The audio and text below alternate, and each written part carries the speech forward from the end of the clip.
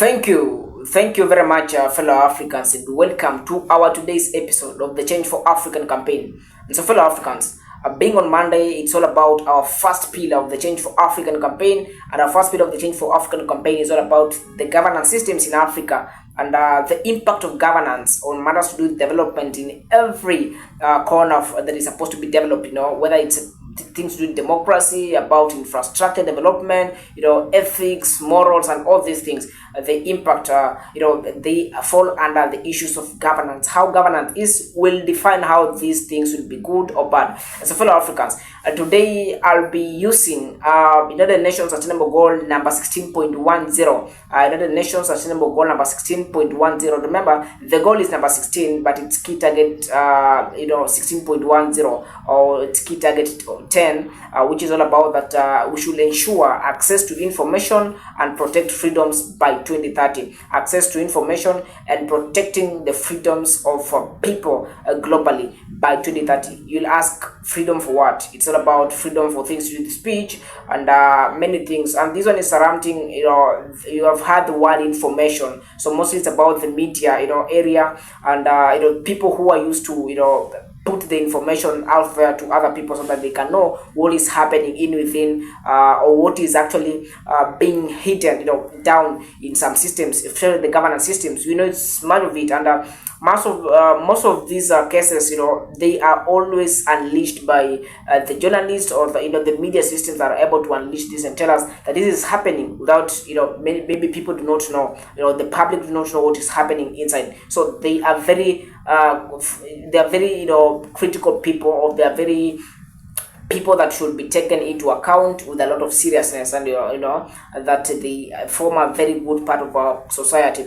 And so, fellow Africans, this is an issue of concern because we realize that of recent we have been having problems that are freedom of speech and access to information are restricted in many African countries. It is a reason that is live and well. So why is it restricted, and who is restricting this? Mostly you realize that most of this information that is restricted is surrounding the areas of governance. Maybe there's some people who want to expose some malfunctions that are happening within the governance systems. They want to expose that, and then when they want to expose that, when the authorities get this, they feel like they're being intimidated, while they're not being intimidated, but it's just the fact that it wants to come out. So this is also a problem that is facing Africa. Many of the African countries, we are not saying that it's not happening in other parts of the globe, but we are Africans, and Africa is a business. So we first discuss Africa and then come up with sober solutions for Africa to be able to sort out such issues. So Africa is in a quagmire when it comes to that area, because actually people in some countries in Africa, people are actually jailed because of actually saying the truth. What is the truth to the powers of the African governance system? So this is a problem. That is why we are speaking this under the pillar number 1 of the Change for African campaign about governance. Remember, Change for African campaign is a movement aimed at civilizing the African youth. So this is part of the civil works that we're supposed to how we exemplify this in that context, that we are exemplifying this in the African context, because though it's a United Nations thing, meaning it's a global thing, but then what is happening in Africa? Because remember, Africa, we are persons of one, these are people of one culture, these are people who are facing same problems, and we understand one thing. Number one, governance is software of development, and then number two, once we realize that we are facing a particular problem as a team, we develop one intention towards curbing that particular problem. So this is an issue of concern, that freedom of speech must be there, because we are in a new era of global, we are in a new era completely. We are no longer in the colonial eras, but we are in an era whereby people, or the media, the freedom of speech, the journalists should be given that freedom to be able to speak anything, as long as these are people who help in terms of bringing that accountability, making the governments to be accountable. Because remember, many of the atrocities, forgive me for saying atrocities, but many of these corruption cases, just many dirty works that are happening perhaps in these governments, they need very strong media houses and very vocal people.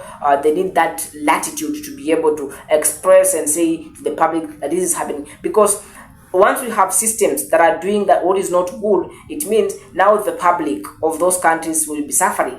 The public of these countries will be suffering, of the citizens of this country will be suffering. So once the citizens suffer, it is a problem. We are continuing to have a society that is not progressive. We need a progressive society. That is why the freedom of speech must be given. The freedom of speech must be there. The latitude of people to be able to express their thoughts, as long as it is within the law. Because remember, sometimes it becomes actually a problem, because people try to oppose something that when you go back to the law or the constitutions of these countries, they actually part of their laws that people will have that freedom to speak. But then you find that people find it quite uncomfortable, because it is not to their prerogative perhaps. So they try to make sure that they are going after these people. They cause mayhem, they cause chaos to these people, and it becomes a problem to the African people.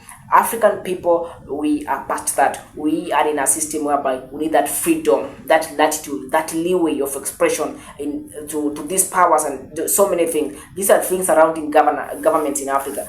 The African government, some of them are doing what is not within the law. So it is to our obligation to make sure that we are going into this. Remember, this is our episode number 86. So after this one, or after now the 100 episodes, we have now around 14 to go. What we are doing now is to go into the practical part of trying to see how we can bring up the solutions about around these areas. And the solution number one is about having the cohesion of the African youth come together. Once we have a cohesive society of the African youth, we are having a very, very strategic, that is one of the very vibrant strategies we are going to start with. So fellow Africans, allow me to end at that point. Let's meet tomorrow as we discuss our 87th episode of the Change for African campaign, all about the potential that we have as an African continent. Fellow Africans, thank you and have a great time. Thank you.